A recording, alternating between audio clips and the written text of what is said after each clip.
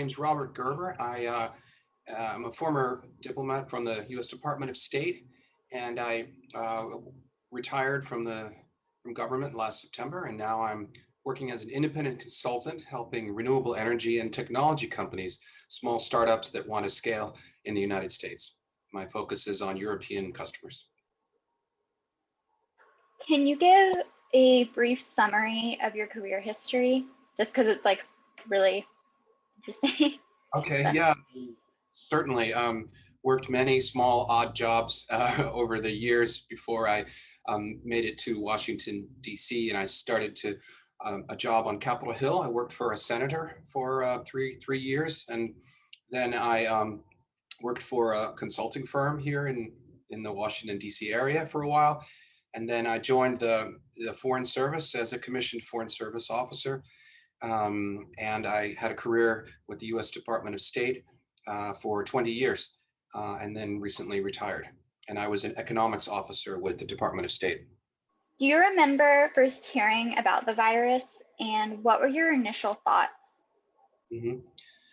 Yes, I guess it was in January 2020.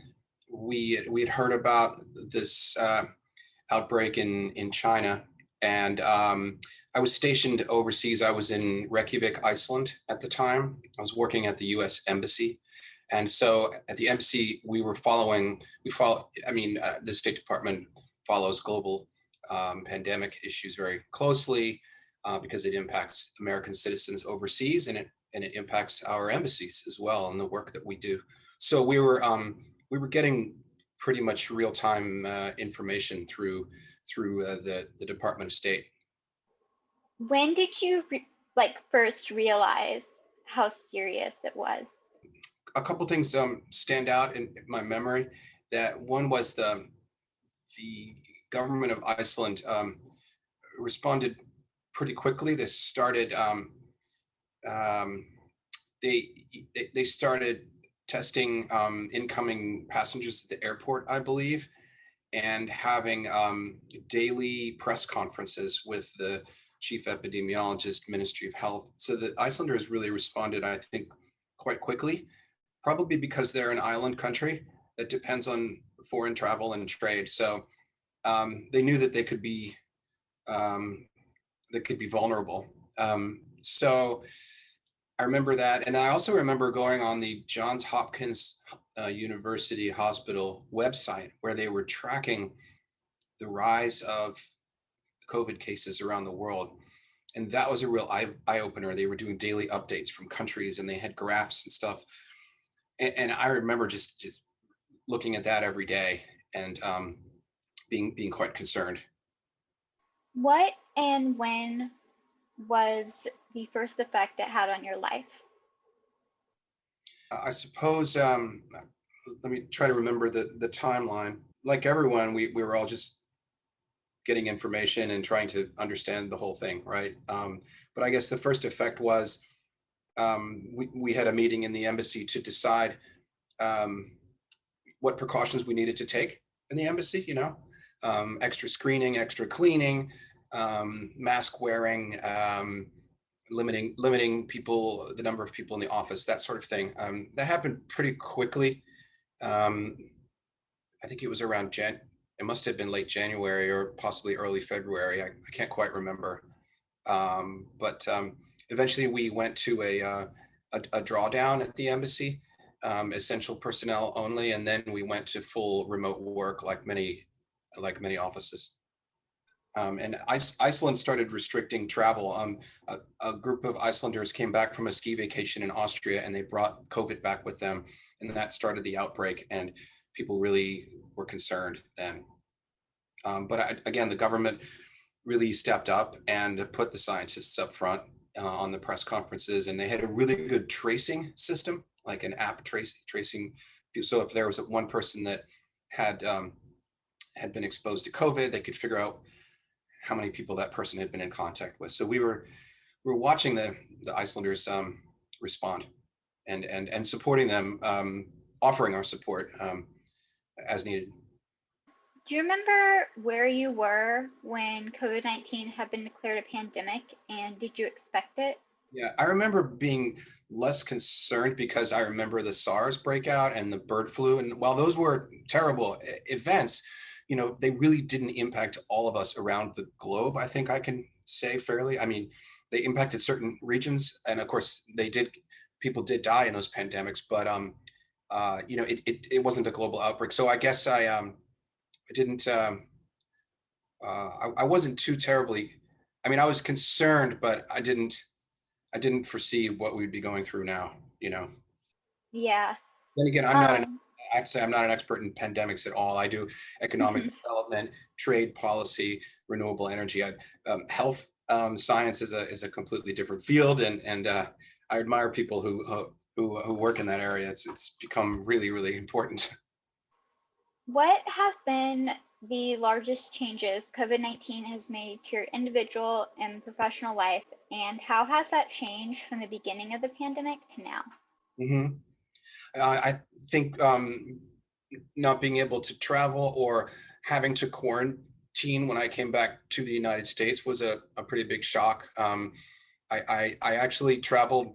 I had previously scheduled travel to the U.S. in March 2020, and I flew from Iceland to the United States to visit my family, and then found that I was required to quarantine, and I ended up having to, and then I was blocked from returning to Iceland because they had a travel ban. So I was sort of stuck, which worked out okay. I got to spend more time with my family, but basically I was I was caught between the two. I was sort of caught mid travel for about 2 months. I was able to work remotely from North Carolina, which was great, but it was a strange time because I didn't know when I'd be able to go back to my job, to my station in Iceland. Were you working in foreign diplomacy during the SARS and MERS outbreaks in 2002 and 2012? Because those are both coronaviruses. If so, what are the similarities or differences you noticed between those outbreaks and Mhm. COVID-19, other than the fact that COVID-19 is so much longer or larger? Yeah, I guess I kind of the answer is yes. I was working in diplomacy. I sort of answered that question earlier in our conversation that those two outbreaks you mentioned before COVID-19 seem to be more regionalized, and for some reason, scientists and governments were able to control the spread globally to some degree. Maybe maybe they were less contagious, or perhaps the response was better. I'm not sure. I'm really not an expert in that field, so I can't really comment on that. What did you think about the United States briefly pulling out of the World Health Organization? Well, I no longer work in government, so I can state my views on things, and I'm not speaking for the U.S. government anymore. Um, I felt that the on one hand, the World Health Organization um, was being was being influenced by the information the Chinese government was giving them. So I felt concerns about the World Health Organization's information and the access they were getting from China, because we all know that China just doesn't tell the truth. They're an authoritarian government. Beijing is an authoritarian government, and they give information that that's in their interest, but it's not necessarily the truth. They do not have an open system. They don't have transparency, and so I was very concerned that China was telling the world what China wanted them to hear, and the WHO was sort of falling under that spell. That said, the World Health Organization does do important work in many developing countries, in countries that don't have a really robust healthcare system, that need help, especially when pandemics. So I felt that the US blocking its funding or pulling out of the WHO was a bad decision looking long term. I think there's ways that the United States could have made its concerns known about the WTO without pulling out. I Okay. also I also felt that move was damaging to the reputation of the United States. Um, so do you see COVID-19 affecting the United States' future in foreign trade? in foreign trade, huh? Well, I mean, I'm not the first person to say that COVID has disrupted the world economy, in particular supply chains. I think that I think that we found that especially in the United States, too many of the products that we consume or purchase come from China. And the supply chain was severely disrupted. I know this because one of the companies I'm working on has been trying to source some parts from China. And number one, they've been delayed by months. And number two, the prices have gone up significantly. And I'm not just talking about the tariffs the United States put on it. The vendors in China have jacked up the prices. So this shows that maybe having supply chains that depend on China are not always a wise choice. So I guess what I'm saying is COVID, I think, has spurred a movement towards more localized production, manufacturing, and supply chains. And now there's plus and minus to that. Maybe that affects prices. It could be more expensive, but I think that trend is underway, and I think you'll see more localization of manufacturing and sourcing due to COVID. This is not meant to be a partisan question. I think that people in the future will want to hear real people's like professional opinions and not just Capitol Hill statements and news headlines. Mhm. How do you see the United States on the COVID-19 international stage under now previous President Trump versus our current President Biden? Well, I give President Trump credit for fast tracking the vaccine production, for putting the U.S. government support, for putting the U.S. government behind it. And now I'm not saying the U.S. government did it, because this is up. We can really credit the scientists and the companies that came up with the vaccines. But I do credit his administration for putting emphasis on that and getting the vaccine out there early. That's really good. I think that I think that the lack of clear information from the White House was a real impediment, and it cost lives in the United States. I think the president decided to throw ambiguity into the whole issue of who gets COVID and why do you get it and how severe it is. And I didn't think that made sense. And I saw in Iceland how effective it can be when you put scientists up front. Instead of having a politician at the microphone each day, you have the chief epidemiologist, you have the minister of health, you have the head of the hospital. That's what the Icelanders did. The prime minister of Iceland, she was not at the podium really for I think she only spoke maybe twice at the podium over a course of several months. Only when she felt that the government agencies were disagreeing with each other and there was a debate, then she stepped forward and she said, okay, folks, everybody remain calm. We're going to do this. Here's our plan. But she took a back seat intentionally and let the scientists stay up front. And I think that was a really good way to do it. Unfortunately, that didn't happen in the United States. And you wanted me to comment on the Biden administration, right? Yeah, like how like we are internationally. Yeah. Well, I mean, the Biden administration was in a good position in that the vaccines were starting to come out already, and they their job has been, I think they've effectively done the rollout. I got my vaccination yesterday, and it was my first one, and I'm lucky to have it. And but I got the call from the state of Virginia, and they said, come get your vaccine. And I said, okay. And it was very well organized. And I felt actually a little bit patriotic when I went in to this large, big box store that was empty, but that was now a clinic for vaccines. And everyone was working together. Everybody it was efficient. People were friendly.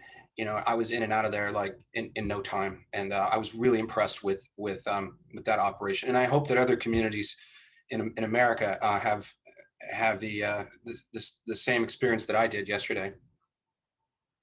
Yeah, I got my second shot of Pfizer on Monday, and it was a FEMA like kind of open center, Mm-hmm. and there were like military was there. It looked like something out of a movie, like the way it was set up. Mm-hmm. And I'm really lucky that I go to school in North Carolina, but my family in Georgia, well, Georgia's like number 50 out of 50, which Mm-hmm. I think is embarrassing because like home of the CDC, Emory Mm-hmm. University Hospital, where they brought the Ebola patients. Right. Um, And, but my family had a really, like my mom didn't because she's a nurse, so she got it like 2 weeks after Pfizer was approved. But my Hmm. stepdad, who's a vet and was in a very serious accident in September and has like no immune system now, Oh, wow. he had to drive all the way out from Atlanta to actually Marjorie Taylor Greene's district, where they had one spot at one small little clinic to be able to get it. Wow, that's sad to hear. Yeah, I know Yeah. there's a disparity amongst the states. I spoke to someone in Alaska last week, and they said that a good majority of the state has already been vaccinated in Alaska, so they're doing really well there. So I guess it just depends on where you live. Yeah, Unfortunately, it's like our governor, so a lot of it. yeah, I don't know too much about Georgia, but I can understand that. I also think that some institutions have used COVID as an excuse to slow roll things. I mentioned people jacking up prices on goods, price gouging. And this last month I tried to get something from the Department of Motor Vehicles, and I couldn't get an appointment, couldn't get anyone on the phone. They blamed it on COVID. Well, that's nonsense. You can't have people answering the phone because of COVID. That doesn't make sense. That's some kind of that's unacceptable. People should step up for COVID, whether you're a private company or you're the government or you're a non-governmental organization. And those who do step up, I think we'll come out much better off. But that's just a little aside, little statement I wanted to make that people are using as an excuse to not do things. Oh, the schools. There are schools closed here in Arlington, or have been for a while, and everybody wants to send their kids back to school, except the teachers' unions are like, no. So I mean, I think some institutions are I don't know what I want to say, but they're not stepping up. They're not doing what they need to. It's almost like they're using COVID as an excuse. It's going to hurt the economy. So I do understand when people are frustrated that schools are not open yet. I really get that, and I understand restrictions on some businesses, how frustrating it is for companies. So I can see that side. I'm not one of these people that says we should shut down everything for a whole year. I don't believe that. I think you have to be smart and use science and use testing and push vaccines and have an important dialogue. Some states have done well on that and gone to one side, and other states have gone the other side of it. Yeah, I think the teachers should have been in like the first group of people who got vaccinated because like that would have made a lot of sense. Um, so you do a lot of work in renewable energy. Yeah. Um, so especially in the global market, everyone's public focus has obviously been on COVID-19, but what has been happening as far as renewable energy advances during the pandemic? Has renewable energy had any impacts on the pandemic or vice versa? Yeah, that's a good question. Someone else asked me that on a webinar, and I would say something similar to what I mentioned on supply chains. That that's that COVID is bringing production more local. I think the trend is towards more localized energy. For example, um, microgrids, wind turbines, solar, ways that you can have power closer to the site where the demand is, rather than a centralized power source and power grid. I see that trend happening, and I think that's good for the economy. I think it's good for the environment, and it makes everything more resilient. I think we'll have fewer disruptions in our power system. And look what happened in Texas, and with the wildfires in California. You had disruptions. So I think that, I mean, I'm not sure it's directly related to COVID. I think it's a trend that would have happened with or without COVID, but that's definitely, we're seeing a major paradigm shift, I think, right now in 2021 towards more what we call distributed energy production and microgrids and things of that nature. That will be very important as electric cars come online, because we need more electricity, right? But they're even figuring out ways so that if your electric car is already charged, and you can plug it into the wall, it could actually take that electricity and send it back into the microgrid. So, to be able to move electricity where it's needed through software is a really neat emerging trend. So those are some trends that I'm seeing right now. What are your prospects for the United States foreign relations throughout the rest of the pandemic and afterwards? And what do you think we can learn from this? Hmm. Well, I mean, countries do need to, countries need to achieve a balance. You want to vaccinate your citizens. I mean, your first obligation is to the citizens in your country. But you know, large countries with some economic prowess and the means should also be helping developing countries, right? So I'm talking about the United States, talking about the European Union, Japan, and other world leaders. So there's a tricky balance. You know, at what point do you shift those resources towards helping your neighbors, right? And so we'll see what happens. I mean, once we're getting to a point with vaccinations in the U.S. where pretty soon, I think a majority, or at least 50% or so, will be vaccinated. I know the United States is funding distribution of vaccines overseas, and so is the European Union. And I'm not an expert on this, but we need to help developing countries with their healthcare systems for two reasons. Number one, because humanity depends on it, and you know, healthy populations is good for society and economies, and we don't want, you know, the spread of pandemics. And number two, China is very aggressively using vaccine diplomacy. They're pushing their vaccines onto developing countries and using that to build friendship, and it's kind of like, we'll give you our vaccines and then you owe us one later. You know, it's one of many means that China is using for their economic coercion. So we need to be aware of that, and we need to provide an alternative for those countries so they don't have to go to China or Russia.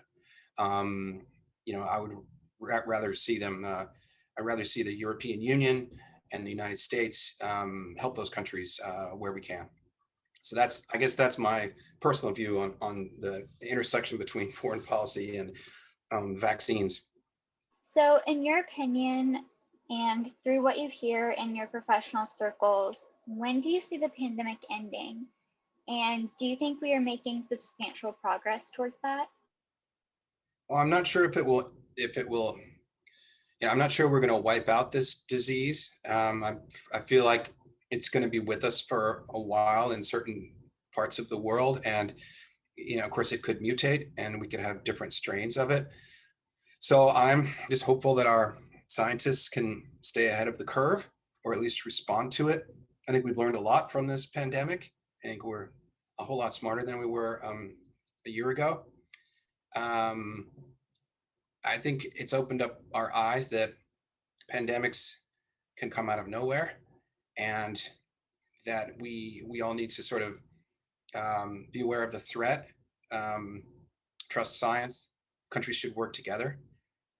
You can't block off information. You can't be non-transparent. You can't lie about things. You know, you can't make up stories. You have to, you've got to be open with what happens if there's an outbreak in your town or your city or whatever, because these things cross borders, and they don't care about governments or borders. They just attack, you know, living things. So I guess those are the lessons that I don't know. Those are some observations I had. Yeah.